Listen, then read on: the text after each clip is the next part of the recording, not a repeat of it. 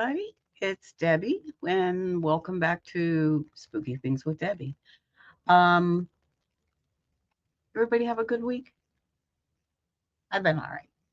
It's been. I know I come on here all the time and say, "Oh, it's been crazy." It's really been kind of crazy, but you know, it's kind of cool in a way. At least it makes life like a lot more interesting.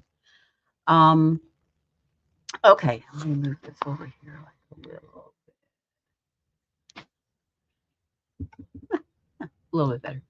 Anyway, okay, so tonight what we're gonna do is that I've been like taking things like, little bit by little bit. I went like to the area around where I live at and with some haunted places, and then I went to like Florida with haunted places. But I also live up right by the Alabama line. And so I'm like always in Alabama. I should just move there. I mean, I'm there all the time. And that's where my good buds are, is like in Alabama. So it seems like we're around each other so much. I may as well just move up there. But it's kind of hard because I own this property here in Florida. So in any case, that being said, there are some amazing haunted places in Alabama. And what's just really so cool about it is that a lot of these places are like more country, in the country. And at least at the time that things happened that created the hauntings, so to speak, it was in more past times versus now. And so these places are like really old, and they're just really cool. Um, there's a lot of hauntings that go on today in more modern buildings, but it really stems from situations that happened back when. And things were more down to earth back then. Things were much more animated than they are today. Today is like digital this and computer that, and um, it just takes away from person, the personality and the dynamics of things that happened like years ago. So, and I really think that's why a lot of times it's the hauntings are from like a long time ago. Not a whole lot of things are from like recent times. Generational is a huge situation that can occur in these things. Um, we're working on a case right now that is, I we believe is generational, and it's fascinating. It's really really fascinating. So that being said, before we go into these things, I want to remind everybody yet once again, before I say these places, and you'll be like, oh, that's really close to me, or it's right around the corner, or whatever. Make sure that you get permission before you go onto these properties. Um, some of these places charge for you to go to them, some do not. Some might be open to the public, some are not. So you really need to know what the specifics on each place is. I can give them to you, but it's up to you to research into them to make sure that you're not crossing any legal boundaries by being there, or you're not going at the times that you should be. There's just a whole lot involved. Just make sure that you're not trespassing. And it's a fine line. Sometimes it is a fine line. Sometimes someone will say, well, so and so gave me permission to be out here. Well, they don't own it. They might be living there, but the owners might not really want that. And so that can be a fine line there. But in any case, that being said, just make sure that you have the correct permission to do it. Okay, rant over. Here we go. Okay, so we're going to be starting off with haunted places of Alabama. All right. So one of these places is called the Gaineswood Plantation. Gaineswood Plantation. It's in Demopolis, Alabama. Um, it's an antebellum place, and it's from the old South, and it's got like a whole lot of history to it. And apparently, from what they say, is that it really does have a lot of spiritual activity to it. Um, it was built between 1843 and 1861, so it took quite a while to build this place. It's a large place.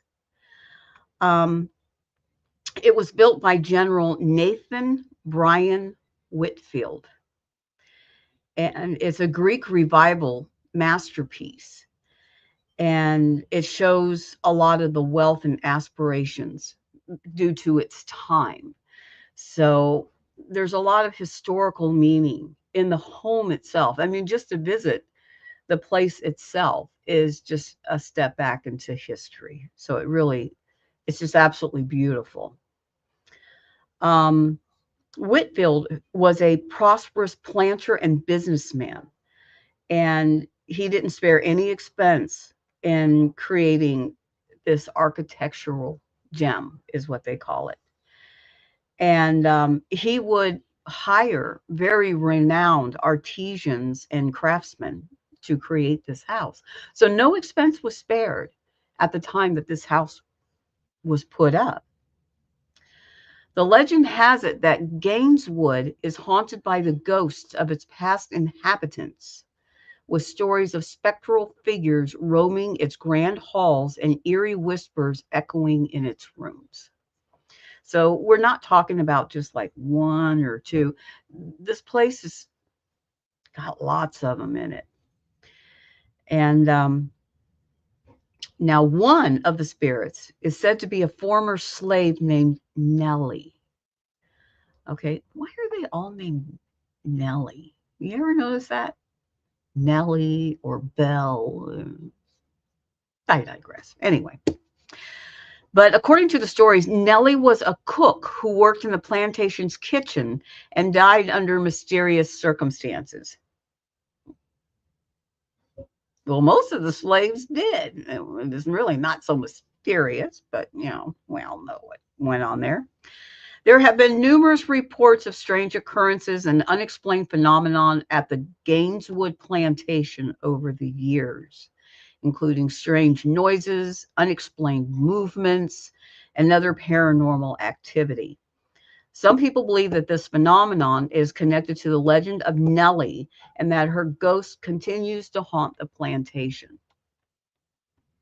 Now, bearing it in mind, with Nellie being a slave there's a lot of mental trauma that could have gone on with something like that. And I have found that when something like that leaves an imprint on a home or a building, even the land, it's really something that just stays, because I mean, the stronger the trauma and the more deep that trauma went, the harder that it is to deal with it, really, because it's such an emotional bond. Um, Now, a lot of people go into a place and say, "Oh, we can release this of that," and everybody needs to remember that it's under one of God's golden rules. We have free will. And if somebody don't want to go, not a whole lot you can do to make them go. Some people, are like that. Well, I'm stuck here. You're stuck. It is possible to go in and to relieve a building of a situation that creates for a blockage for them to ascend. And you can clear that, especially if they want help to ascend. Many spirits are bound by the fact that either they don't know that they can, or that they feel obligated in some way to remain. Um, Guilt, fear, what they say, unfinished business. There's something going on that they feel like they have to accomplish before they can go. Family members, family situations. But 9 out of 10 times, and this is really true, if there is something there and it doesn't want to go, not a whole lot of people can do. You just either got to learn to live with it, or you have to take it up to a much higher level. Um, but if something chooses to stay, they choose that. They don't want to go. Nothing you're going to say is going to make them go. Not a whole lot you can really do. You can try to clear the way for them so that they willingly say, it's time. I want to go home. I want to be with my family. I'm tired of being here. I want rest. I need to go. Can you help me find a way to go? Absolutely. That that can be done. But for people to go in there and say, "Well, we're going to release them. We're going to let them free. Be free." Maybe they don't want to be free. So there. So it won't work anyway. So it's really pretty interesting. A lot of these places are in the situation that they are in because whatever's in there is perfectly fine, perfectly happy where they are, and they don't plan on going anywhere. Period. So, but in a lot of these cases, some of them are so sweet that it's like, why try to do that anyway? They've been there a long time, a lot longer than you have. Just let them go. Well, that's the way I see things anyway. Of course, I'm not living there, so. All right, another place in Alabama, the Sloss Furnaces. I think so many people have been to the Sloss Furnaces. Now, somebody told me that they didn't know if they were still letting paranormal teams go in there or not anymore. I don't know. I know a lot of people have been through the Sloss Furnaces.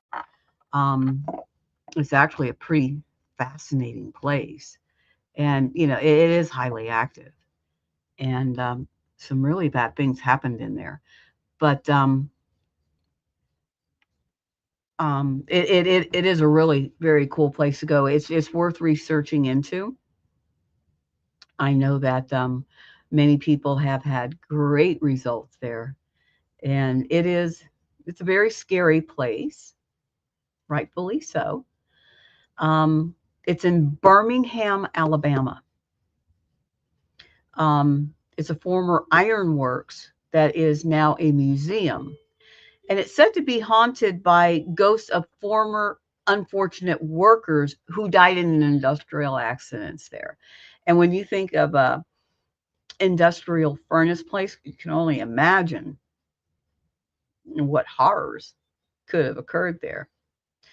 The furnace operated from 1882 to 1971.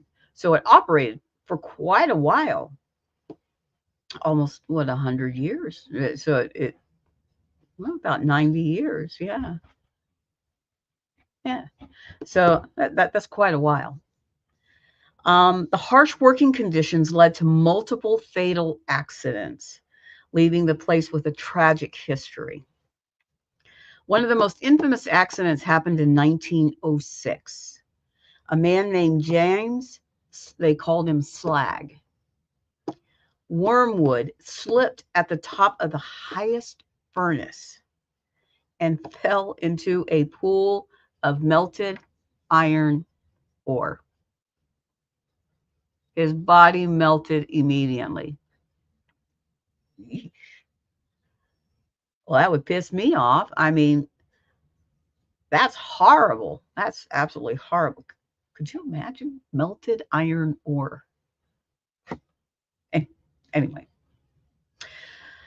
tragedy struck once again in 1971 when a man named Samuel Bluth, Blumenthal, Blumenthal was on as a watchman at the furnace. He claimed that during his shift, he came face to face with an entity that appeared to him as part man and part demon. The entity then began to hit him and abuse him, leaving his body battered and bruised. The next day, he was examined by a doctor who confirmed that he had been badly beaten. A few days later, he succumbed to his injuries. I mean, it was really severe. Nobody ever found out what actually happened if that wasn't true with what he had said. And if somebody did do a beating on him, who it was or why they did it, nothing of that was ever discovered. Just that he was beaten by this half man, half demon thing. According to the local legend, the spirit of James and other workers who lost their lives at the furnace still linger on at the site. Could you imagine being at work forever, especially in a place like that? Man.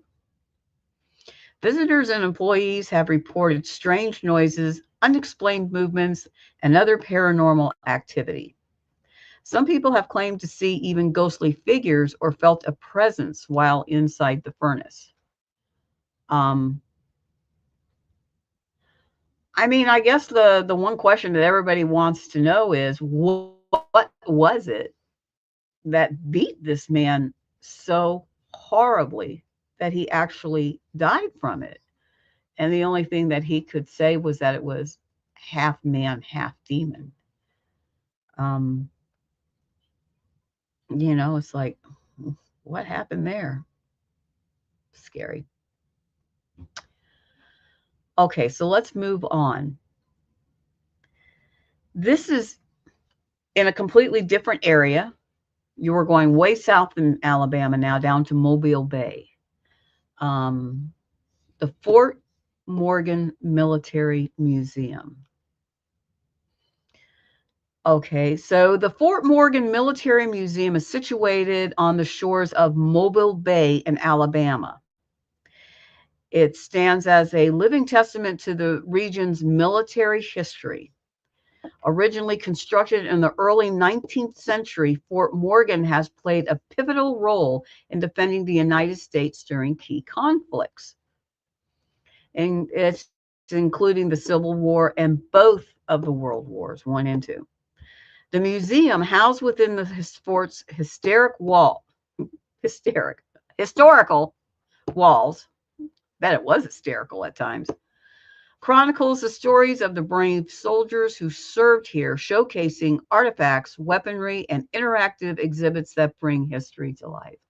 I really like this because it gives you a one-on-one experience, not only on the way that the fort is set up, but it actually brings history back to life for you so you can get a hands-on experience on what a lot of it was like.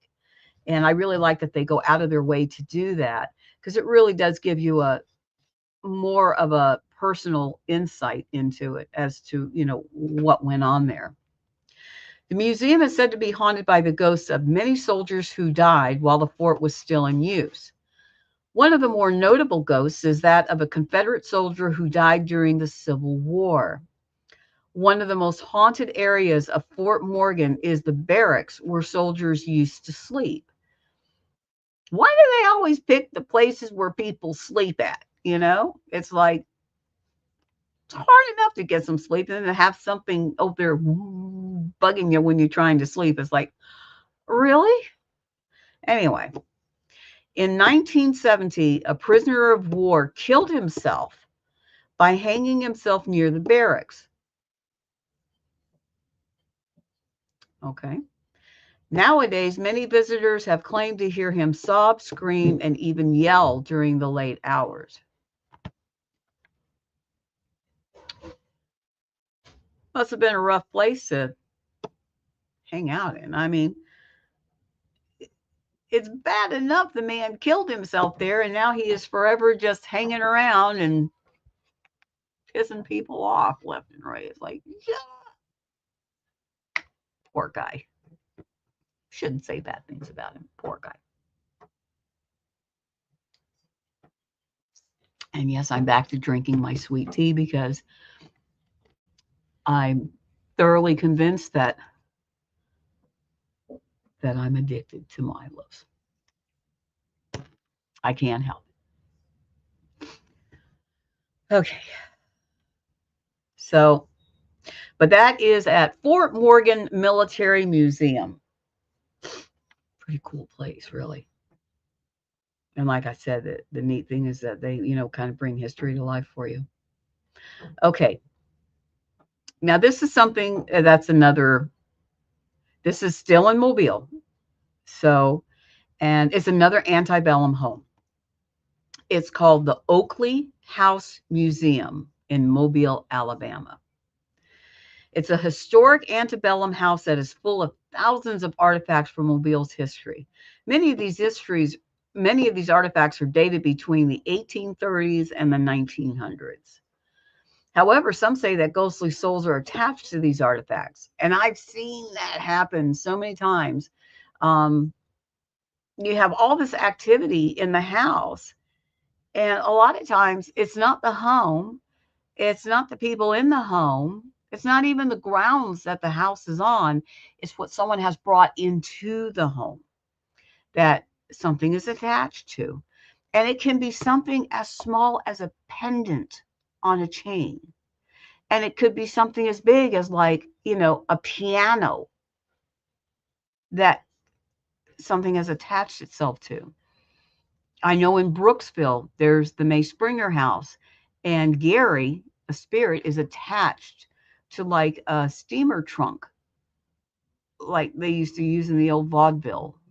But it's just a clothing trunk, and he appeared when the trunk appeared, and he's a real force to be reckoned with. But he was not there until that trunk appeared, so he came with that trunk. There was another restaurant, this is back years ago, that we used to go to, and they had a lot of antiques upstairs. And there were incredible events that were occurring in this restaurant.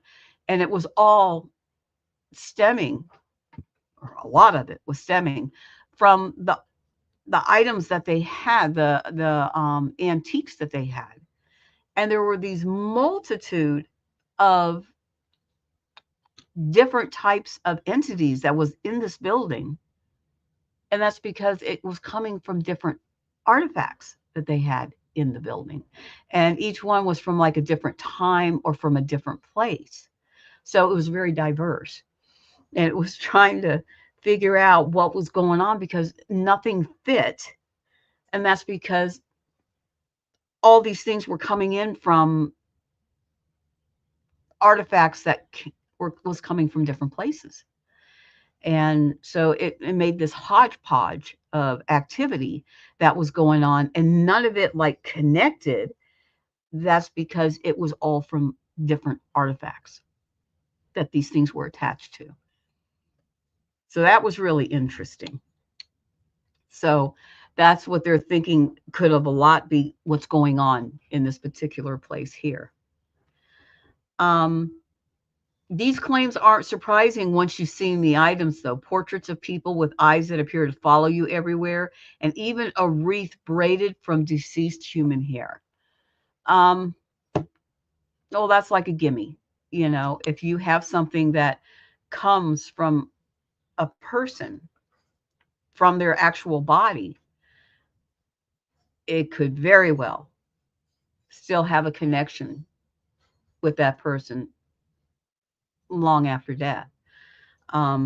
It's probably one of the easiest things that they can attach to because it was formerly, actually still is. They're still connected to it. So they have a lot of dioramas with human fingernails or hair or something like that that's still inside of them from the people that originally owned them. Yes, that is a very, very, very good possibility that there could be a connection with that. So you have to be really, really careful. Pendants with hair, teeth, baby teeth in particular, fingernails that's inside of jewelry, or ashes that are inside jewelry. Yes, it can lead to an attachment. You have to be real careful about these.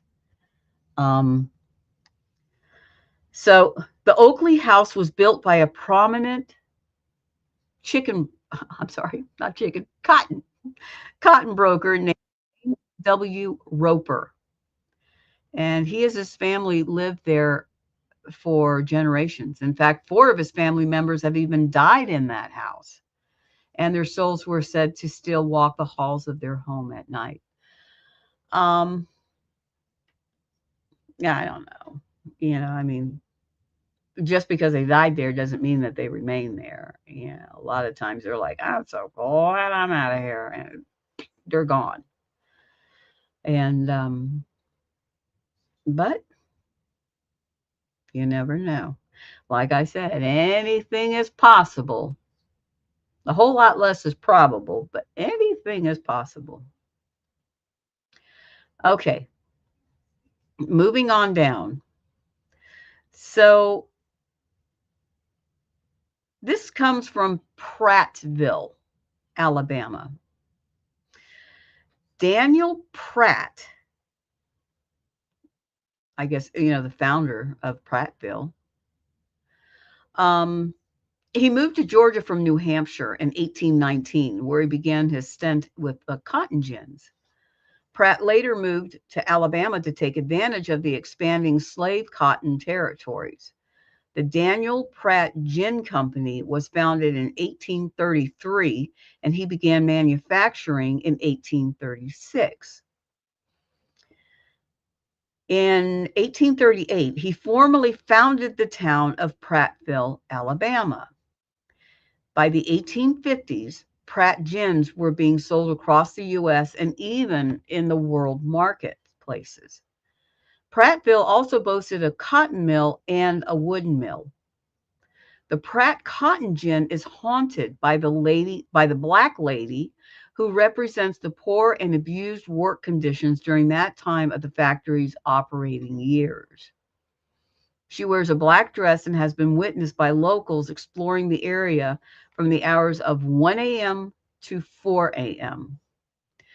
One of the hauntings events that occurred in the factory's heyday was the death of a little boy. Oh, I hate hearing about these. His name was Willie Youngblood, and he fell to his death from an elevator shaft. Out of grief and depression, his mother later similarly committed suicide. Well, that's just sad. That's horrible. But I hate hearing about it, especially with a little one like that. It's like, you know, anyway, I hate hearing about that. But it's interesting. It's exploring the area from the hours of 1 a.m. to 4 a.m. To me, it sounds, because this is so timed, and it seems like predictable almost, to saying during that period of time. To me, it sounds more like a residual kind of a thing. It's just an event that's being replayed over and over and over. The chances are it probably wouldn't have any interaction, so to speak, because all it is just a playback of an event. And that's kind of like what it looks like to me. But just because it's a playback doesn't mean that you can't see it. You can readily see it. And that's what makes these so fascinating to me, is that they're a lot of times very clear. Even though there's no interaction with it, it's still amazing when you can see something like this. But that's kind of what this looks like here. But I mean, I don't know. It just kind of sounds that way. Okay, so we're going to move on to another one here. And this is the legend of the Red Lady of Huntingdon College in Alabama. And this particular location has intrigued locals and visitors for generations.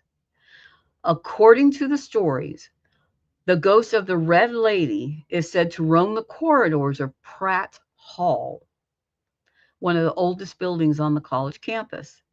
The story goes that she was a student at the college in the early 20th century who left her home up north to attend school. Feeling homesick and lonely, Martha, as she is believed to be, became isolated and very difficult to live with. After numerous roommates abandoned her, leaving her with no friends, she took to wandering the halls at night draped in her favorite color, which was red. Eventually, the Red Lady took her own life in Pratt Hall, and her restless spirit is said to linger there still. Well, this right here is sad because she left her home. She left everything that she knew to attend this particular school. And she just didn't fit in. So, can you imagine the feeling of abandonment and complete isolation? Um, and then, of course, when she doesn't have a good attitude about it and kind of starts to be mean to people around her, they're, of course, going to shove her away and not want anything to do with her because she's just too darn difficult to be around, which causes more isolation. And so eventually, this poor soul took her life, and she was just trying to go to school. And yeah, that's the way that it ended. And it's sad. It is. When you stop and you think about it, that is sad.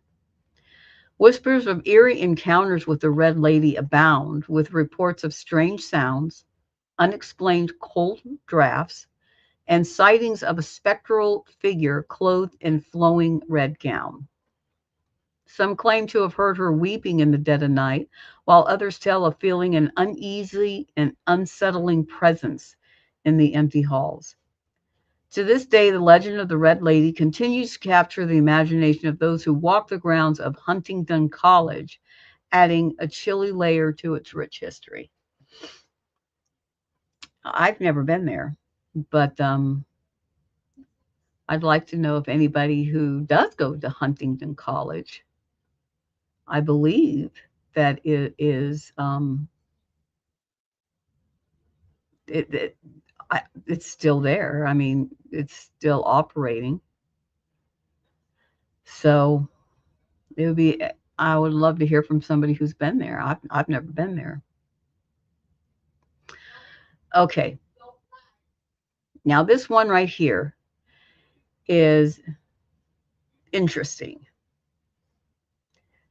This one is in Lynn, Alabama. Lynn, Alabama. Um,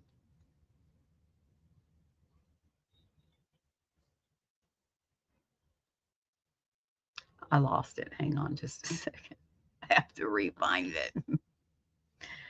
Okay, here we go. Now, this happened many years ago. It was a teenage girl and her boyfriend. They were driving home from a prom. They had just come back from prom and they got into a squabble in the car. She didn't want to be with him anymore. She was done with him. And the girl said, "Pull over. I want out." And he did. He let her out.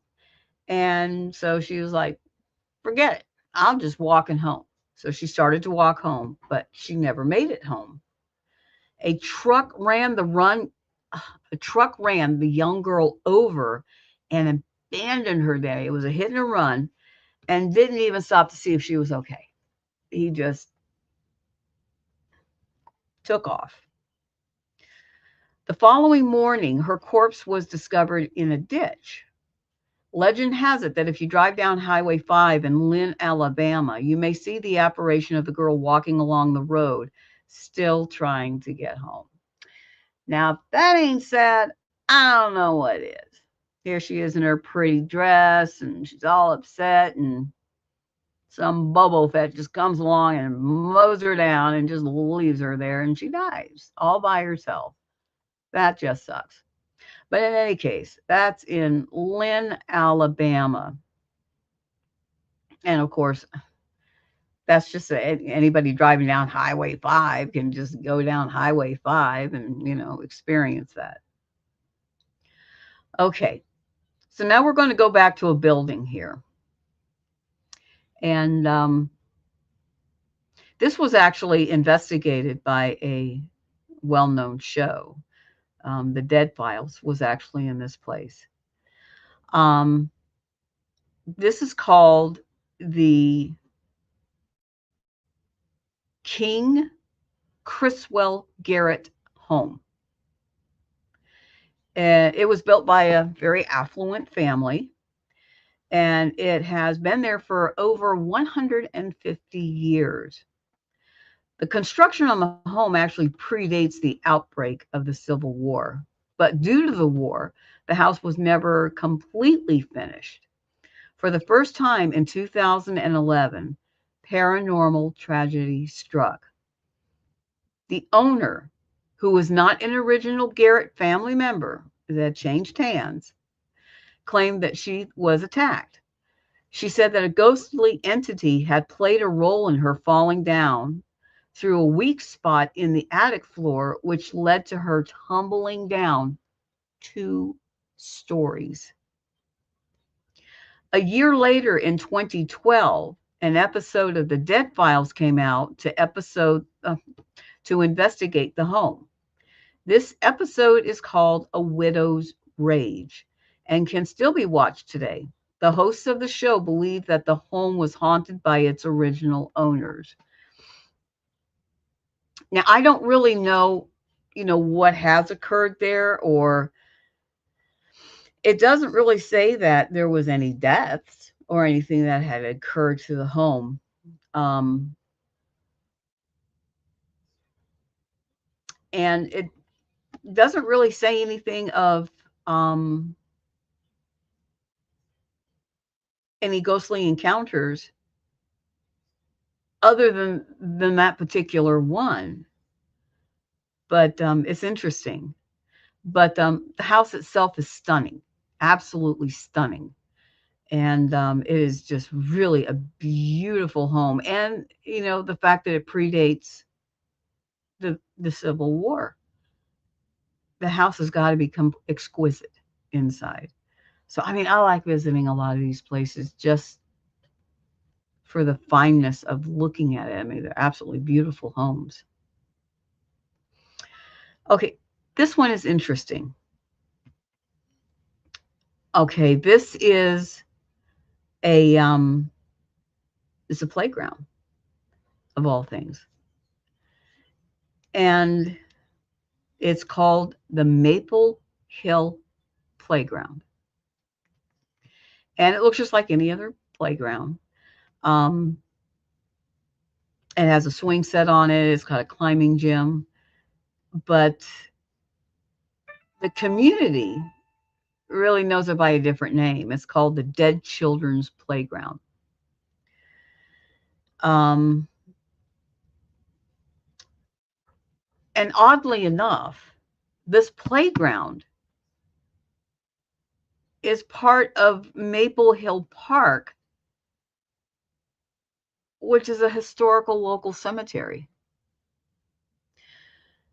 Oh, go over on the playground and play in the playground while I, go and visit Uncle Bob. You go and play. I don't know. But it's strange for me to put a playground up in the middle of a cemetery, but oh my, why not? They put them up everywhere else. Locals often claim that they see the swings moving on their own and that ghastly apparitions can be seen. If you're a doubter of the paranormal, this could be chalked up to wind and bad vision. After all, no one died there, right? Wrong. A few feet from the playground are miles upon miles of limestone, adding to the eerie landscape. The adjoining cemetery consists of hundreds of children who died in 1918 during the Spanish flu and are said to run around and play in the dark, shadowy playground.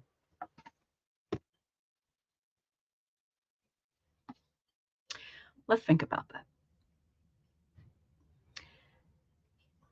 No, I, I mean, who am I, to say no, blah, blah, blah, blah.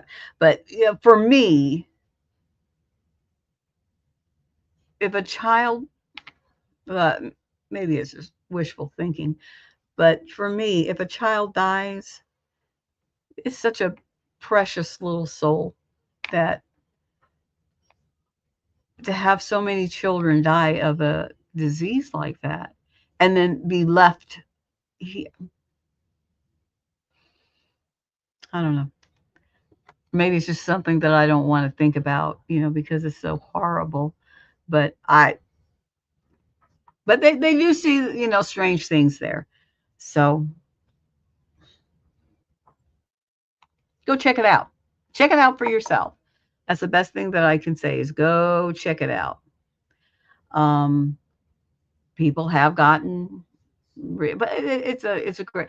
Now that being said, I'm kind of somebody who thinks that a graveyard to me is a place where the bodies are laid to rest. Whatever occurred didn't occur there. Whatever occurred happened in a hospital, on a road, in a house, at a location, but not there. The only thing that is there would be their body that is of no longer use, um, or the cremated ashes, what is left of a body. Um, I mean, I suppose it can happen, of course, but I think you'd probably have better results in a place different from a cemetery. We're going back to anything can happen, but I have found with myself that I usually get better results where it happened, where they lived, more of a connection than a body that's not of any use anymore and separated away from whatever that they knew and loved and cherished. It wouldn't be there. It would be somewhere else, unless they were buried with something that meant a lot to them. Then I could see something like an attachment kind of the situation. But but that's my view. There are people who I've seen some pretty amazing pictures coming from there. So, you know, everything has a second side to it, and this is definitely one of those. But for me, I would rather be in a location more that was more personal to them, family, home, even a job where it happened, something like that. That's me personally. That anyway. But I'm just giving you places to go. Haunted Adams Grove Presbyterian Church.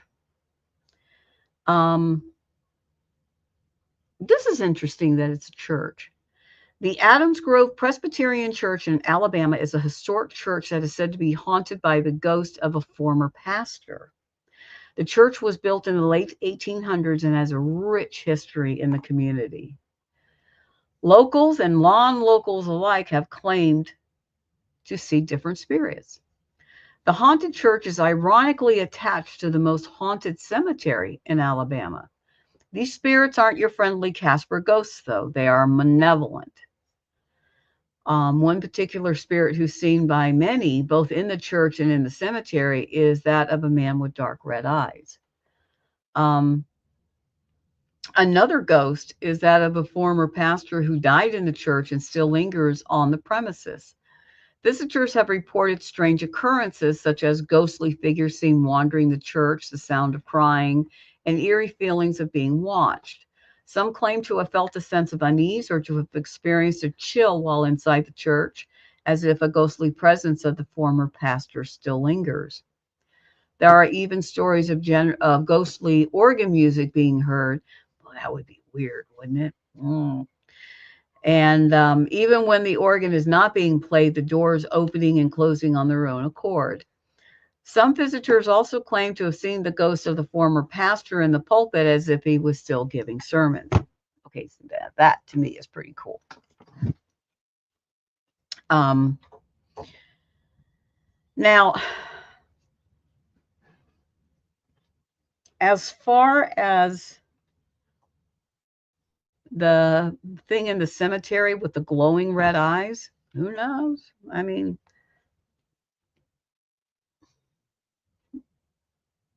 who knows? I There's so much going on out there. Who knows what it could be? But it appears as though quite a few people have seen it. Again, this is something for you. I'm giving you as an example to go out and check it out on your own and see what you come up with. Um, you might see something there that no one has seen before. And it's like, hey, this is what we got. This is what we caught. And that would be really interesting as well. So, Alabama has really got some amazing places at it. Um, I know of a few places that we've been that you won't find on any of these places that are advertised, but they are absolutely staggering when you go there. And there's places like, there's Cahaba. Cahaba is still a archaeological, it's a working archaeological site. It's like that is a real ghost town. You know, when you talk about ghost towns, this Cahaba is a ghost town. Um, Now they're very particular about Cahaba. People are not allowed to be in Cahaba after dark. Can't do it. Um, they're very strict as to them allowing people in. Around Halloween time, they do an event, which the W.E.B.B paranormal team is very much a part of, and they allow people to come in and they do a tour in Cahaba at night. But it's the only time I think that they allow people at night out there, and it's a good event. It really is. And but you cannot go on Cahaba grounds without their knowledge or consent, and they're probably not going to give it. And if they do find you out there, you could be arrested for trespassing because they're very, very strict with it because it is still an archaeological site. Um, the streets are still there, with street signs telling you what street it is, and there's not many buildings left there, but there's the ruins of buildings that were still there, and it's very active. It really is very active. Um, you can still see the street corner where two men literally shot themselves to death, and they were PO'd at each other. So I think they had like a duel, and they literally killed each other in this street, right in the middle of this intersection in the street in the middle of town. That's still there. They have two cemeteries there. One is for the townsfolk, more or less, prominent people in society and whatever. And then there is the slave cemetery where a lot of the black folks were buried. And it's sad. It is. It's sad. The segregation is just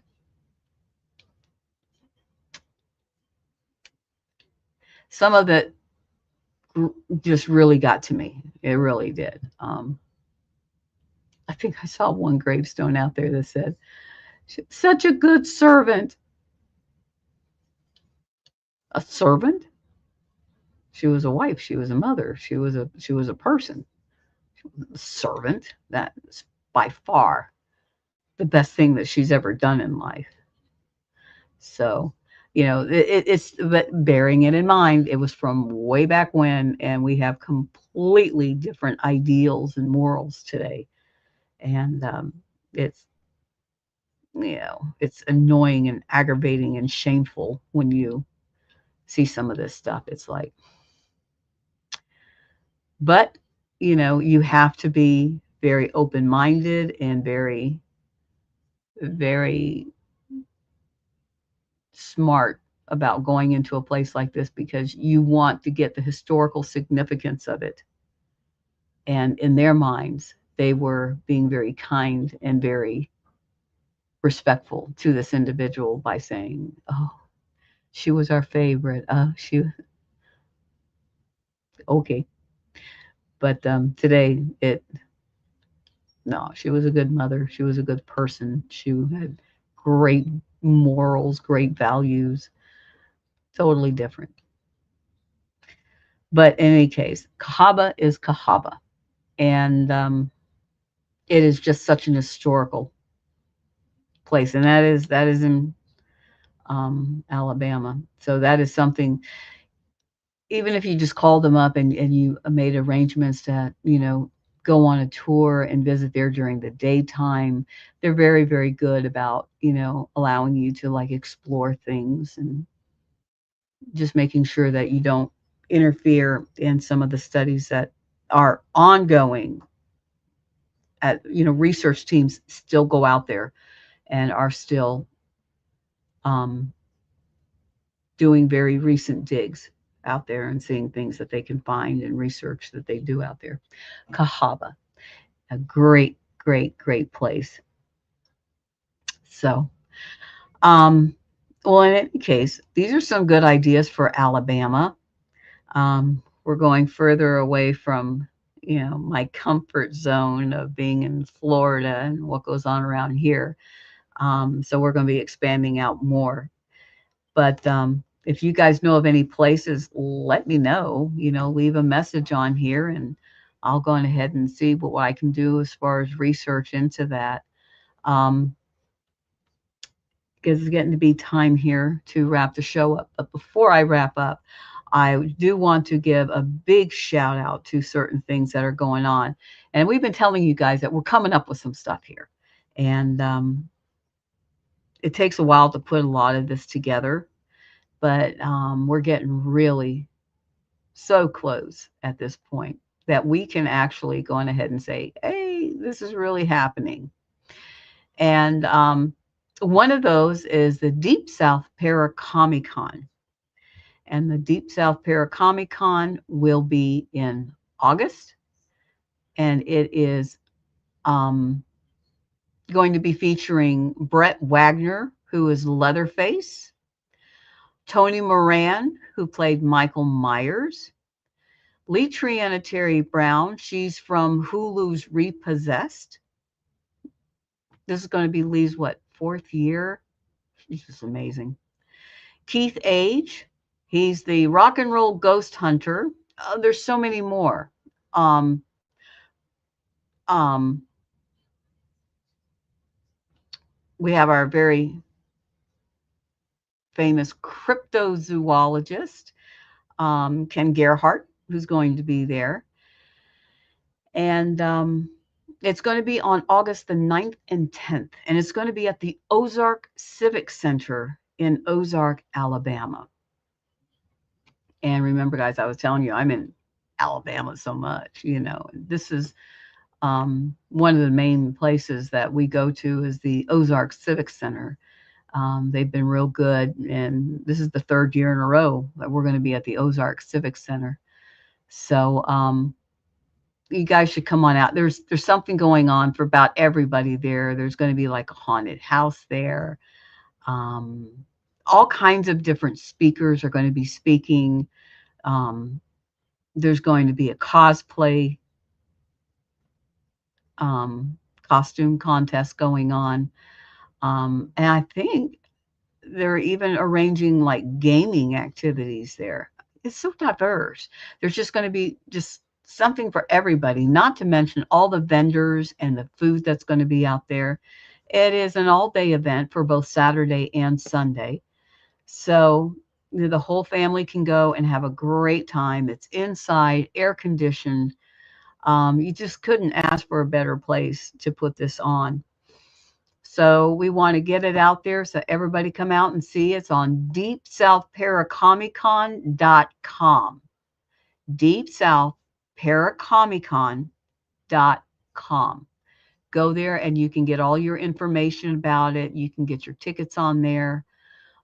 They can tell you how to speak to somebody if you want to speak to somebody about it. It's a great event, and we are really looking forward to the Deep South Paracomicon. But now we have something also that's going to be coming up, and this is our new little baby coming up, and we are just so thrilled about this one. This is going to be held in November. This will be held after the Deep South Paracomicon, and that is going to be the Medieval Faith Fest. It's going to be so much fun. We are having that in Marianna, Florida. That's where I live, in Marianna, Florida. And it's going to be at the Marianna Ag Center. And we are just having so much fun with this thing because we're really catering to a lot of the kids here.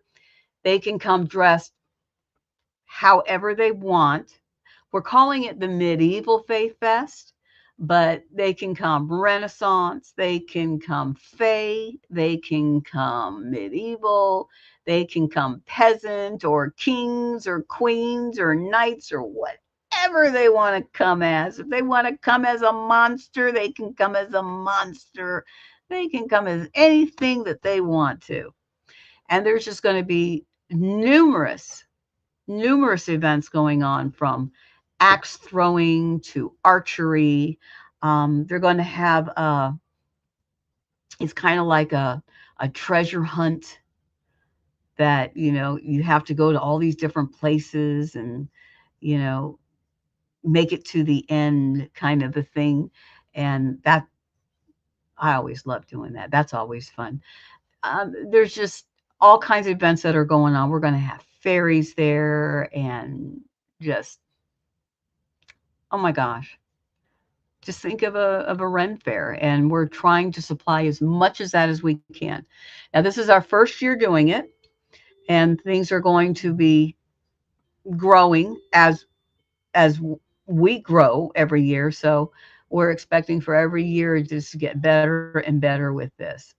And that is going to be on the 8th and the 9th of November, and it's going to be at the Jackson County Ag Center, and that is right on 90, right outside of Marianna, very close to hotels, very close to stores. Um, Everything is just very, very close surroundings that you can get to. Um, Vendors, we have an amazing opportunity for vendors at this place, even for out of town vendors, because we will actually have access to on ground, right on the grounds of the Faith Fest. We're going to offer camping, and this is actually going to have sewer hookups, electrical hookups. It, it'll be there. We have stalls for horses. We have a riding ring that we're going to be able to put into use. We're actually going to try to get a costume contest on horseback. You have to be on horseback. So that's going to be a lot of fun. because I mean it's so close to Halloween. Why not? The opportunity is there. So yeah, dress up your horse and bring them out, and we can't wait to see what you guys come up with. Well, we're going to have a costume contest, equine horseback contest. Person and horse must be in costume. I can't wait to see what you guys come up with. Um, all kinds of stuff that is going to be going on there. So we're really going to have fun with this. And those are two of the main things that are coming on this year. So our minds are ticking, tick, tick, tick. They're ticking, and we've already got some more things that are planned. So, but these are the two that we have this year: Paracomic Con in August and the Medieval Faith Fest in November. And they are both being put on by the same organization, the same team. And so it's the Deep South Paracomic Con and the Medieval Faith Fest. And I think it's going to be a really, really great time. And I want to thank everybody who's watching, that we appreciate it. And I really appreciate all the support. It's been wonderful being with you guys. And I just truly enjoy coming on here and talking with you guys. And if you guys want to ask us something, or you want us to look into something for you, absolutely.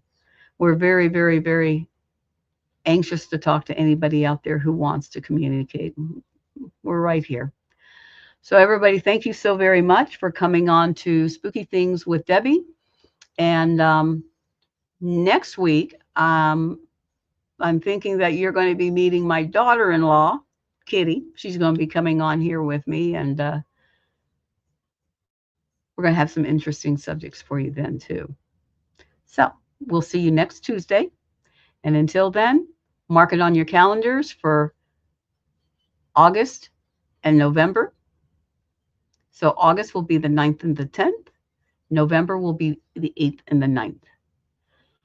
And we'll see you guys then. But until then, we'll talk to you on Tuesday. Thank you for listening. Bye-bye.